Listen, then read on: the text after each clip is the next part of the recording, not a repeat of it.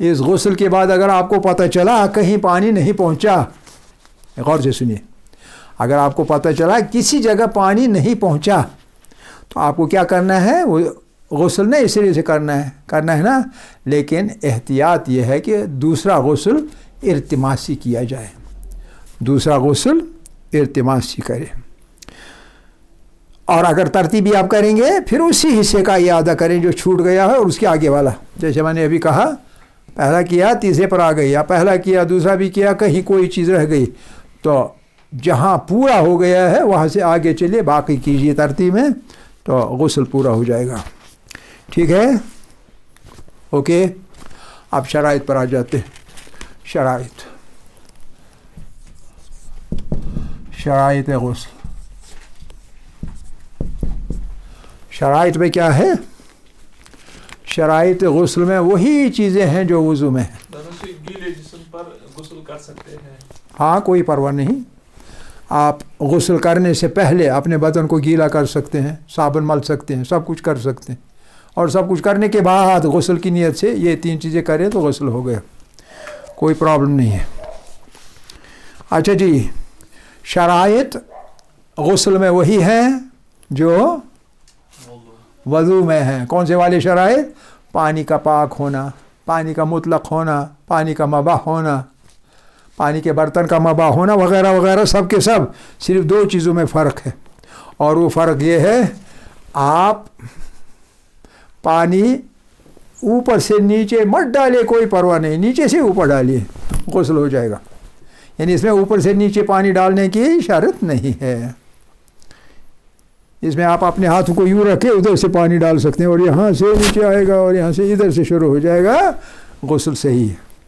یعنی اس میں سمت جو ہے پانی کی سمت اوپر سے نیچے وہ شرط نہیں ہے، آپ اس کے بغیر بھی یہ غسل کر سکتے ہیں۔ اور دوسری چیز کہ موالات بھی اس میں نہیں ہے، جیسا میں نے کہا ایک کام ایک دن ہو سکتا ہے، دوسرا کام دوسرے دن ہو سکتا ہے، اسی وجہ سے ایک حصہ آج ایک حصہ گھنٹے کے بعد، کوئی پرابلم نہیں۔ یہ غسل کے شرائط کے بارے میں، ٹھیک ہے، اوکے۔ اور ہر حصہ جو آپ دھو رہے ہیں غسل کے دوران اس کا پہلے پاک ہونا شرط ہے، جیسے وضو میں ہے ویسے اس میں بھی ہے، ہم نے کہا نا شرائط ایک ہی ہیں۔ اور اسی طرح پانی اور بدن کے درمیان کوئی چیز حائل نہ ہو، اس کا بھی خیال رکھنا۔ ایک اور چیز، کبھی ایسا ہوتا ہے کہ آپ غسل کر رہے ہیں، تھوڑا غسل کیا تو آپ سے ایک حدث اصغر سرزد ہوا۔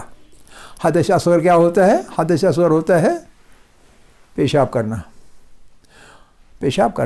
حدث اصغر ہوتا ہے پاخانہ پھیرنا، حدث اصغر ہوتا ہے کہ آپ کے پیٹ میں زیادہ زور پڑ گیا تو ریاح نکل گئی، چاہے اعلان نکل گئے یا سری طور پر نکل گئی یا اعلان کر کے نکل گئی، تاکہ سب کے سب سنیں، جیسے بھی، اس کو حدث اصغر کہتے ہیں۔